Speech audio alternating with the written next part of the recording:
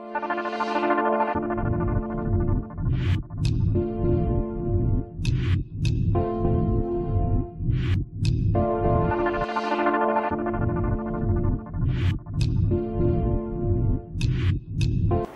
حقیقت محتوای مطلب‌های نشر شونده توسط روزنامه و مجله‌ها، شبکه‌های رادیویی و تلویزیون همه پهلوهای علاقه‌های انسان را با جامعه و پدیده‌های زیرنظام‌های آن را فرا می‌گیرند.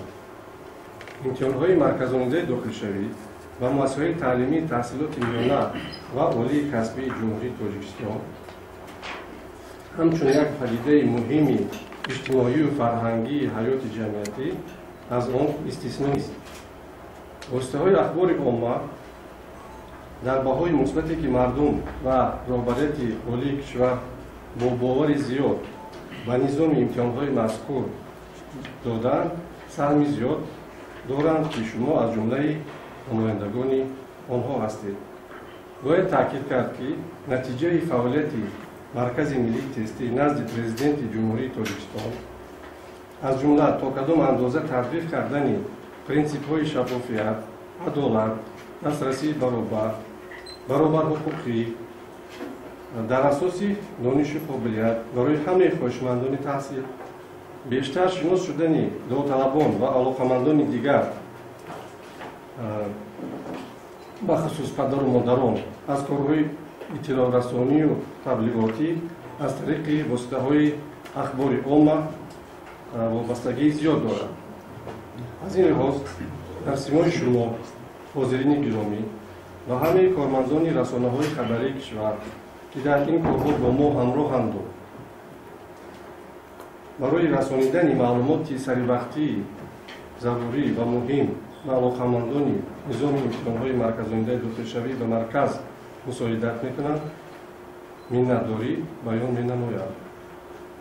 از بس که معلومات ما درباره فعالیت مرکز ملی تستی آماده و در دست شما هست، من فکر مقصد است که وقت را به اختیار شما داده و سوال و جواب گذاریم. فکر میکنم که شما این پیشنهاد را قبول میکنید و ما برای جواب دادن به سوال‌های شما آماده هستیم. در 3 سال اخیر شماره آنهایی که از دانشگاه و حجت سپاریدن کم شده است. مثلا در 100,000 اما این سال 82,000. بسیاری ها حتی شماره پسران هم در از روی جدول شما کم شده است. بسیاری ها میگن که این سبب کم شدن تعداد داوطلبان این قانونی نوی دعوت به ارتش است. آیا مرکز ملی تستی اون تحلیل کرده است که سبب کم شدن داوطلبان در 3 سال اخیر چیست و مرکز ملی تستی بر مقامات بالای کشور چی پیشنهاد ارسال نموده است؟ دینامیکای با قیدگیری یا از قید گذاشتن داوطلبان در 3 سال اخیر کمشوی سمت کمشوی دارد و الحال با انجام نظام مرحله امتحان‌های مرکزآموزی داخلشوی البته مرکز ملی تستی ما نقشه داریم که یک پرسشی نظرسنجی کنیم وابسته به این حالت و ولی ما فکر میکنیم که از بس که سال 2020 و همه ما معلوم است که سال پاندمی بود و راه‌ها بسته بودند و بسیار نفران و مسائل تعلیمی تحصیلاتی داخلی کشور توجه کردند. در سال 2020 شماره از قید گرفتگان واقعا هم زیاد بود. در سال 2021 و 2022 باشد این تعداد کمتر شد و ما البته درباره عامل‌هایی که با این رقم‌ها آورده رساندن ما هم البته کوشش می‌کنیم که سبب‌های سوبیکتیوی و ابجکتیوی آن را معین کنیم، لیکن برای این را دقیقاً معین کردن همون نظرسنجی را گذراندن در کار در بین علاقه‌مندان نظام تا اینکه ما به طور ابجکتیوی این حالت را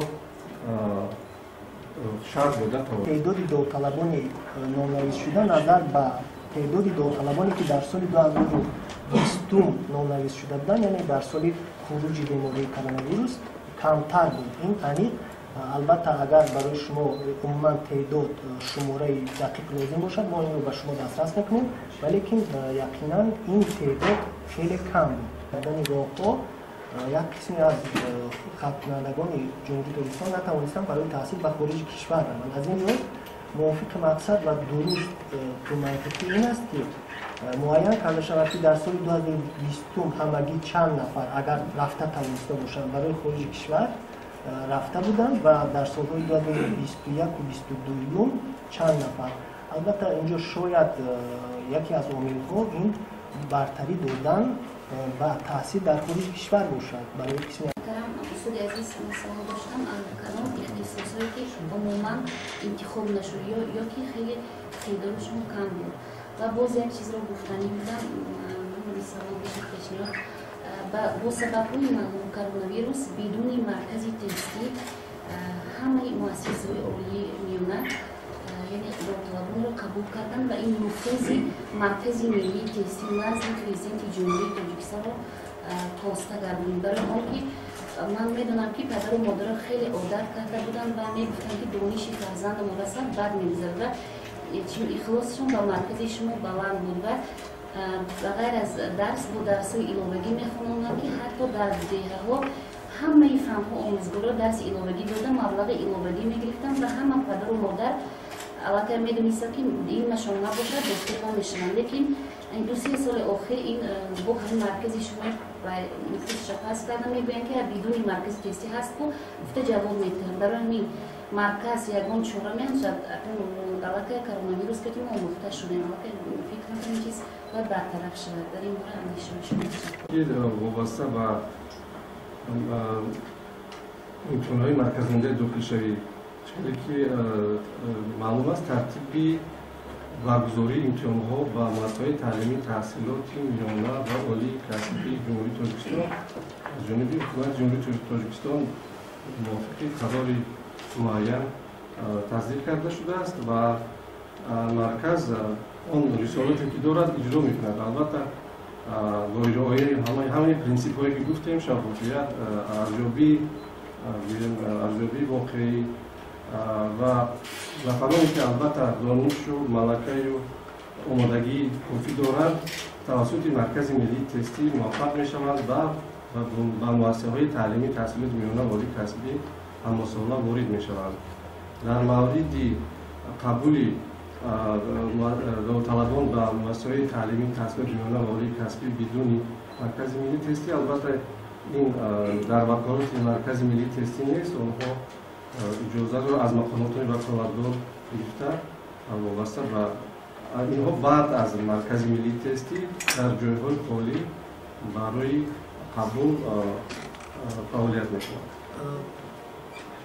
مفتی معلومات آماری که سال جدید در دوره 2 مرحله بقیه‌گیری اساسی یعنی از 1 مارس تا 30 اپریل و ایلاوگی از 10 تا 30 دیوم جمع‌آوری کرده است.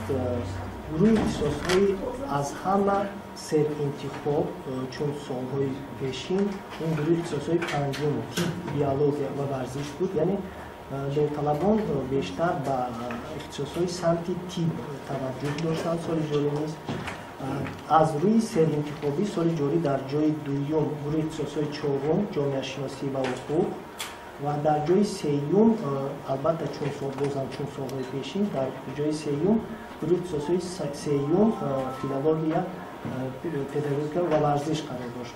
متاسفانه چون سال‌های پیشین از همه گروه اختصاص‌های کم انتخاب این گروه اختصاص‌های یکم طبیعی و تکنیکی بود. طوری اگر به معلوماتنامه در دست شما بودن نظر کرده باشید تعدادی داوطلبانی در دایره این گروه اختصاص‌ها نوشته شده حتی بگیم که همگی 50% شماره جای‌های نقشه‌بندی تشکیل می‌دهند. در جای دوم از جهت کم انتخابی گروه اختصاص‌های دوم اقتصاد و گردگرد قرار داشت. تعدادی داوطلبان اختصاص‌ها را از این گروه انتخاب کرده همگی 64.76% شماره جای‌های نقشه‌بندی این گروه اختصاص‌ها را تشکیل می‌دهد. مقصد اساسی تشکیل کردن مرکز ملی تستی از طرف پیشوای معظم ملت این پس کردن شدتناکی عملهای کرپسیونی و عامل‌های انسانی میباشد. همین میگفتید که در رابطه با همین چقدر آیا فاکتورایی بودن که در سال جاری که با عملهای کرپسیونی از طرف کارمندان شما یا دیگر نفران که از نام شما برآمد کرده به چنین عملها دست نزدن و اگر باشند در کجا؟ سوال دیگر اویدی کالج‌های طبی خیلی که در نشست خبری وزارت تندرستی و اجتماعی نشان دادن زیاده از 3000 زیادتر کارمند میانه تیپ لازم است برای جمهوری، لیکن شماره در یک سال تیار میکردگی بیش از قریب 14000 نفر. آیا چنین عمل نیست؟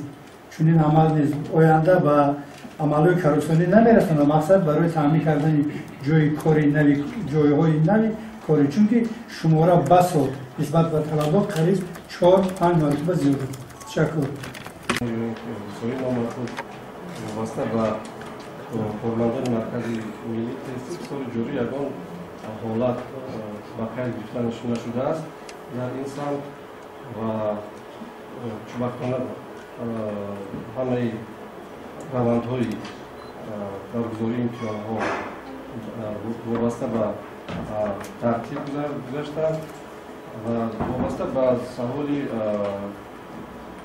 کالج‌های طبی البته معلوم است که همه ساله کالج‌های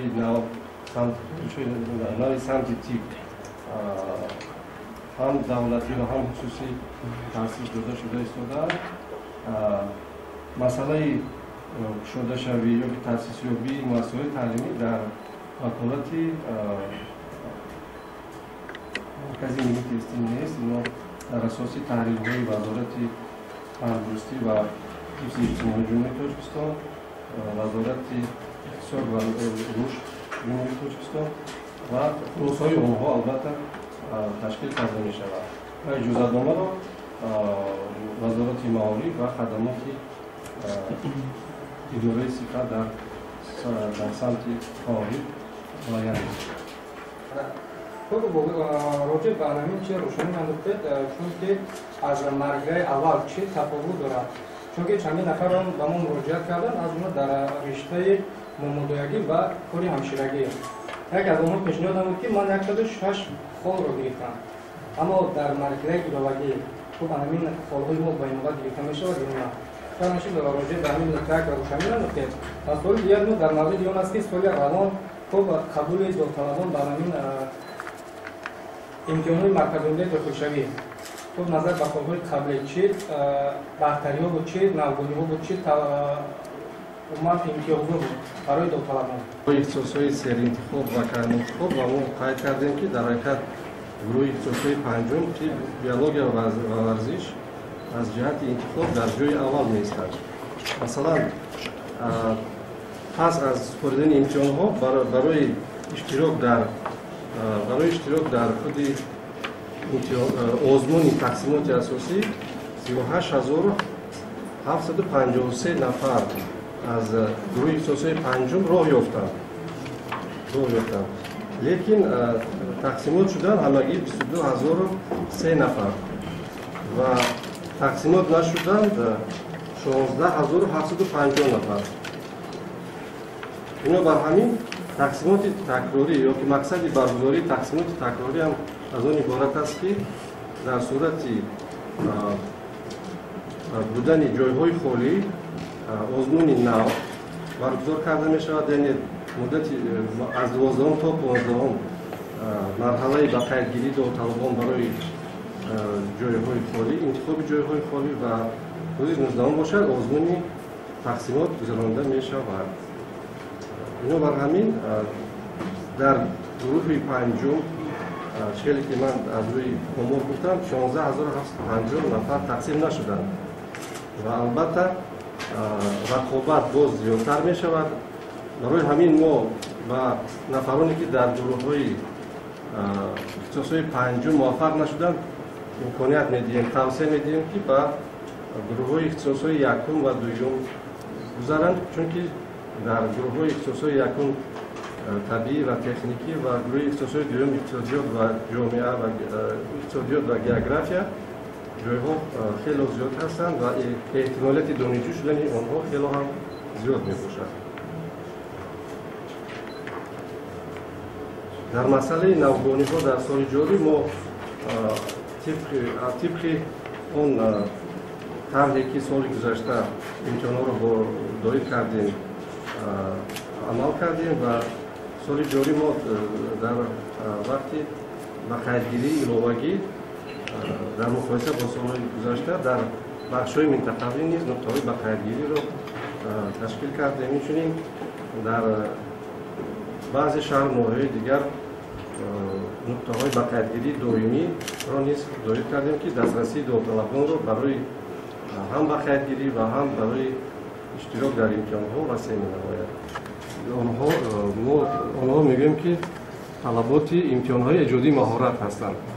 البته وقتی که ما نظام امتحان‌های مرکزآمده را تهیه می‌کردیم، تجربه دیگر مملکت‌ها را نیز آموختیم که در دیگر مملکت‌ها چقدر همین حالت یعنی که حل کرده می‌شود که کدام قرارها قبول کرده می‌شود و کدام طرزش درست است. پیش از همه آموزش تجربه بین المللی نشان داد که در اکثر دولت‌هایی که چنین نظام‌ها یعنی نظام‌های مرکزآمده داخلشوی عمل می‌کنند، امتحان‌ها از دو قسم عبارتند. امتحان‌های قسم یکم امتحان‌های فنی یا که تستی هستند و امتحان‌های قسم دوم امتحان‌های ایجادی مهارت و قرار درباره قبول کردن یا اینکه اشتراک در آزمون تقسیمات در اساس جمع همین نتیجه‌های امتحان‌های تستی و امتحان‌های ایجادی مهارت قبول کرده می‌شوند و واقعاً هم مثلا شما قید کردید دانشکده فرهنگ، دانشکده دیزاین، آنها بغیر از امتحان‌های ما خودشان مقرر کردگی هستند که اختصاص‌های مشخص کدام امتحان‌ها را وابسته به یعنی که به ملکه‌های ایجادی مهارت سپارند و من فکر می‌کنم که هنگام قبولی داوطلبان ما باید هم دانش‌های فنی را به نظر گیریم و هم خودی همون میگم که مهارت و ملکه‌های داوطلب را که این نظام ما همین را امکانیت می‌دهد و ما تقسیمات را در اساس جمعی نتیجه‌های امتحان‌های هم فنی و هم ایجادی مهارت می‌نماییم.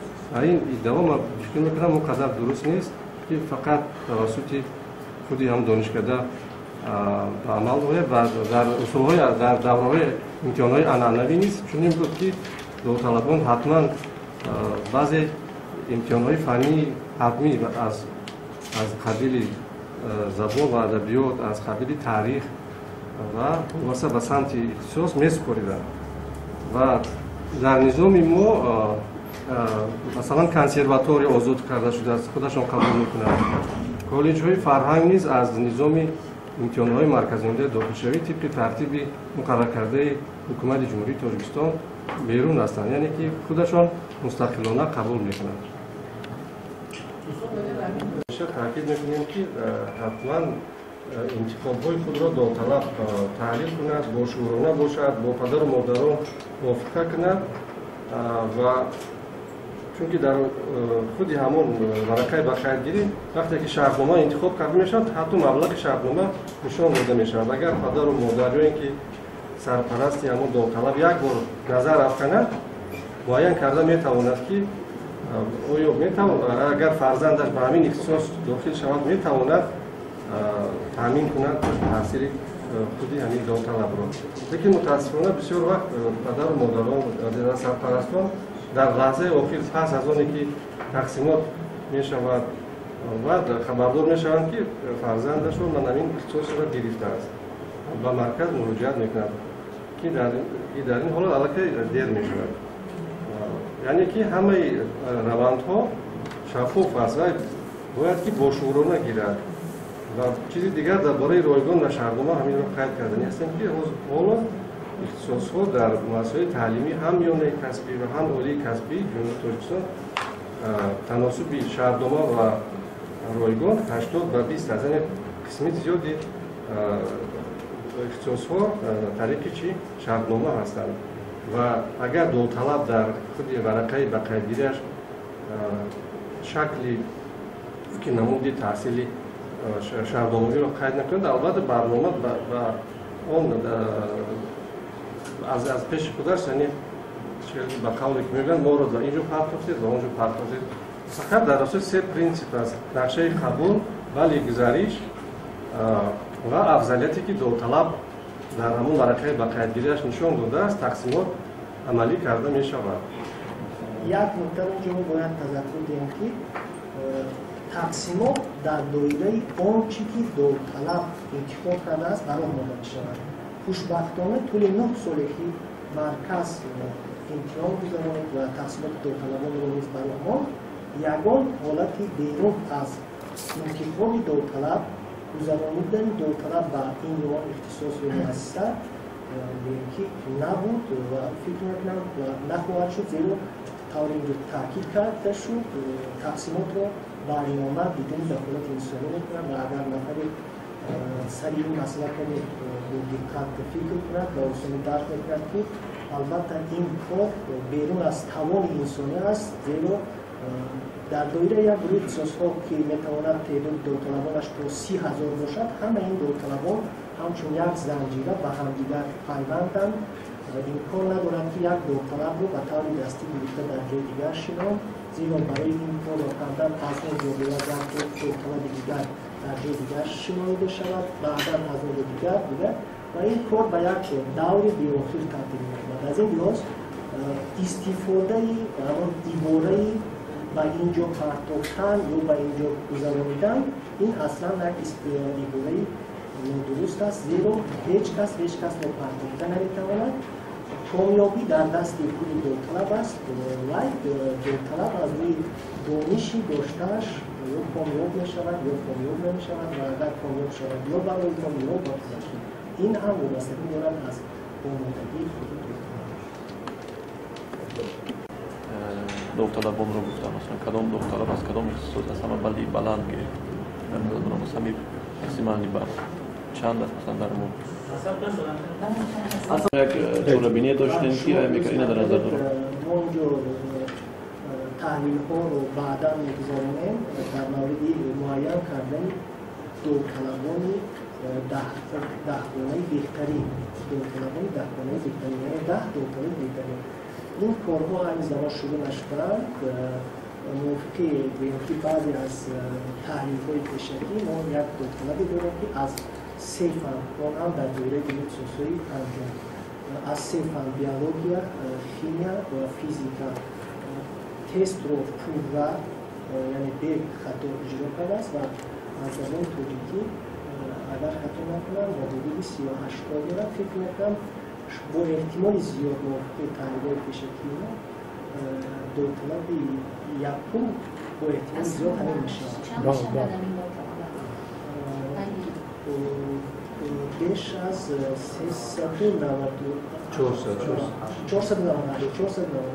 дар ин ҷо ман боз як илова кардани ҳастам ки вале ҳадди аксаре ки бевосита ҳангоми ҷавоб додани саволҳои тестӣ довталаб метавонад гирад, албатта 500 баробар аст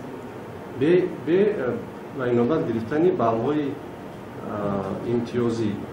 яъне аз нуқтаи назари эҳтимолият гӯем yoki назариявӣ гӯем, агар довталаб 500 балл гирад ва боз 150 балли имтиёзӣ дошта бошад, яъне балли максималияш 650 мешавад.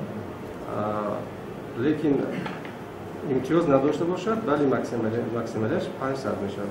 мо довталабе дорем ки масалан дар гурӯҳи ихтисосҳои тиб аз 600 балл зиёд гирифтааст бо назардошти имтиёз. яъне дар ин ҷо таъсири баллҳои имтиёзӣ низ ҳастанд. чунки ки медонем ғолибони олимпиада ҳастанд ки то 100 балл мегиранд. баъд ятимони кул ва маъюбон тибқи тартиби муайян карда шуда 150 балл ба он бале ки худашон сазовор ҳастанд, дониши худашон ҳаст, боз илова карда мешавад. ино бар ҳамин яъне ки диапазони ҳамин баллҳо умуман то 650 рафтанашон мумкин. انجام معین کردیم 10 نمره بهترین البته بالهای درست گرفته خود داوطلبان به نظر گرفته میشود در اینجا بالهای امتیازی به نظر گرفته نمیشود دو کاتگوری کردیم دو نامیناسیون کردیم یکم برای عمل دوم برای نامیناسیون فنهای ریاضی و دقیق در چیزی که ما می‌دونیم 20 ساله رشد فنهای ریاضی و دقیق قبول کرده شده است در همین حوزه ما دستگیری کردیم و برای همین نامیناسیون فنهای دقیق رو معین کردیم که در اونجا داوطلبان از کلاستر یکم که اونجا خیلی انتخاب کردیم کم انتخاب است تا اینکه داوطلبان باز هوسمند شوند برای آموزش فنهای دقیق ریاضی و البته ما قدردانی میکنیم همه نفرانی که به درگونه وارد میشوند هم از جانب مرکز ملی تستی سپاسنامه به خود داوطلب به پدر و مادر داوطلب به استادانی که آنها را آماده کردند و نقشه گرفته شده است اینچنین ما سرپرستانی دیگری داریم که داوطلبان را باز از لحاظ معنوی و مادی نیز قدردانی می‌نمایند. من فکر می‌کنم که این اقدام خوب است برای که همه ساله تعدادی داوطلبانی که واقعا آمادگی خوب می‌گیرند و بالهای بلند را می‌گیرند زیاد شده است و سال آخر این بیش از همه بلند شدنی بالهای گزارش در سمت گروه‌های اختصاصی پنجم میباشد که سال دینامیکش چی است؟ زیادشوی است. هر سال قریب 15-20 گوییم که ولی گزارش هم در شهردام‌آوری و هم در رایگان زیاد شده است و این شهادت از آن می‌دهد که داوطلبان ما بیشتر آمادگی می‌بینند، بیشتر تیاری می‌بینند تا اینکه نتیجه خوب را نشان دهند. هست در زمینه هست صنف‌های 11 و در زمینه صنف‌های 11 از 82,000 بیش از 82,000 نفر تقریبا 69,000 نفر در امتحان‌ها حاضر شدند. 11 آمار چنین است که از زمان نزدیک 69,000 نفری که در امتحان‌ها اشتراک کردند نزدیک 52,000 نفر تقسیم شدند یعنی موفق شدند هم به مؤسسه‌های تعلیمی تحصیلات میانه و هم به مؤسسه‌های تعلیمی تحصیلات عالی کسبی و اگر از لحاظ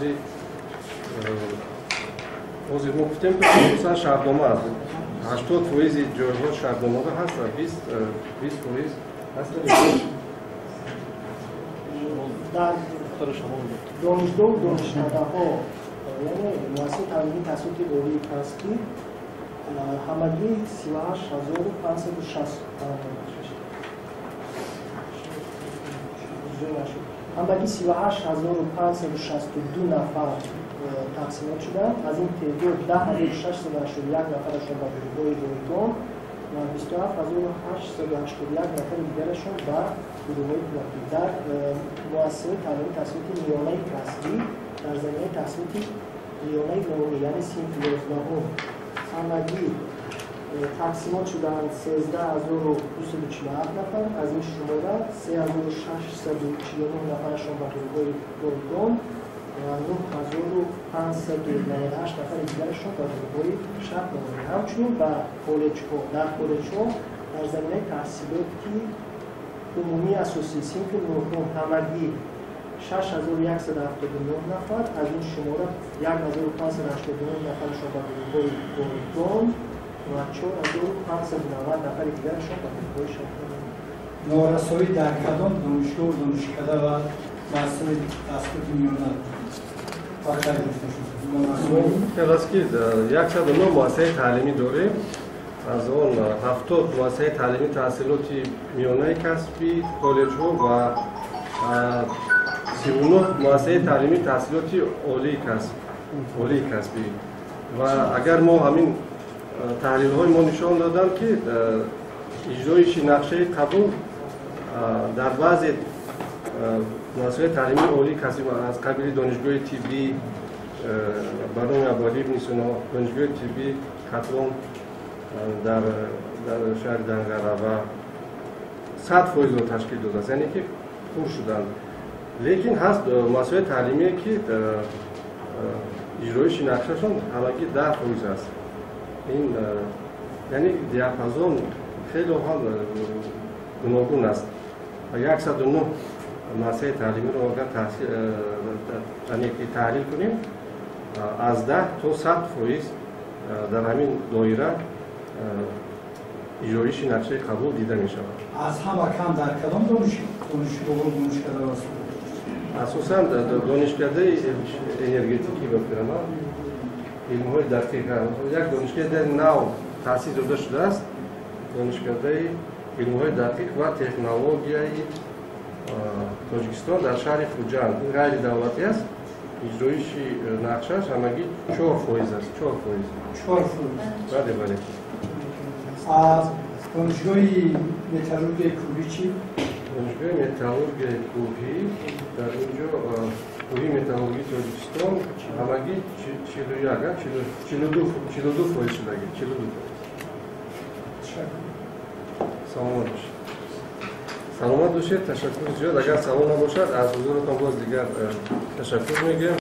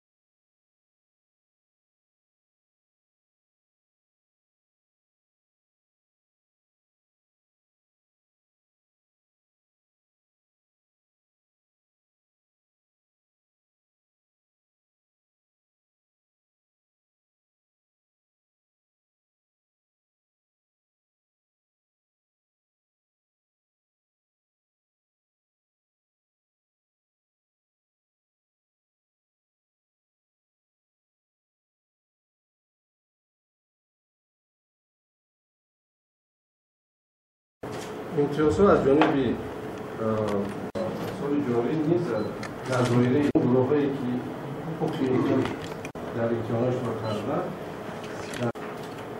имтиёз муайян яъне ки гурӯҳҳои нав барои гирифтани имтиёз соли ҷорӣ ба қайд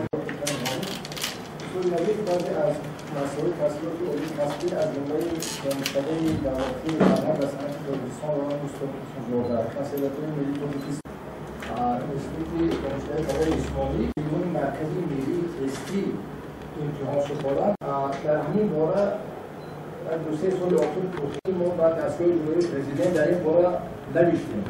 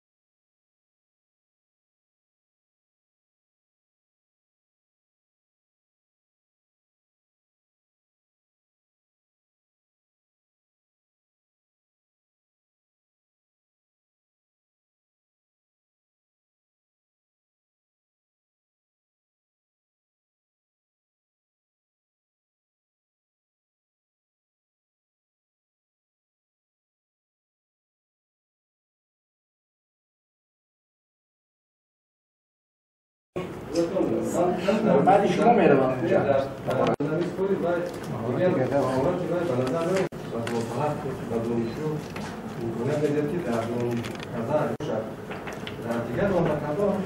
حتما باید وسایل تعلیمی، تحصیل فئودالی، تحصیل شغلی، تحصیلی تحصیل سخن در دوره تحصیل واسه تعلیمی همچون آموزگار کنید. تصور کنید یک سوسیل میمونی تو کشور میکنم دو فرد نیست دارد یکی مهم است هم برای تغییر مثلا به اینکه سوهای سنقت و فرهنگ تصور کنید یک نفری که خودمون باید در دوره فرهنگ